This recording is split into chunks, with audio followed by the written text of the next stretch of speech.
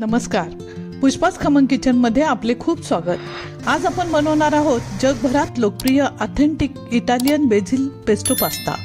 चला तर बनवूया। गॅसवर पॅनमध्ये पाईन नट रोस्ट करायला घ्यायचं। आता एका मोठ्या पातेल्यात 4 ग्लास पाणी उकळायला ठेवायचे। पाणी उकळले की यामध्ये 2 चमचे मीठ आणि ऑलिव्ह ऑइल घालायचं। आता पेनी पास्ता या उकळत्या पाण्यात अलगद सोडायचा।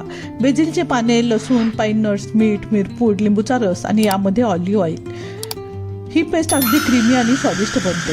हे सर्व साहित्य आता मिक्सरमध्ये पल्स मोडवर बारीक वाटून घ्यायचं। ही किती क्रीमी आणि सुगंधी पास्ता पेस्ट बनलेली आहे। आता या पास्त्यामधील पाणी वाटीभर काढून ठेवायचं आहे। पास्ता वॉटर म्हणजेच परफेक्ट पास्त्याचं सिक्रेट इन्ग्रेडियंट।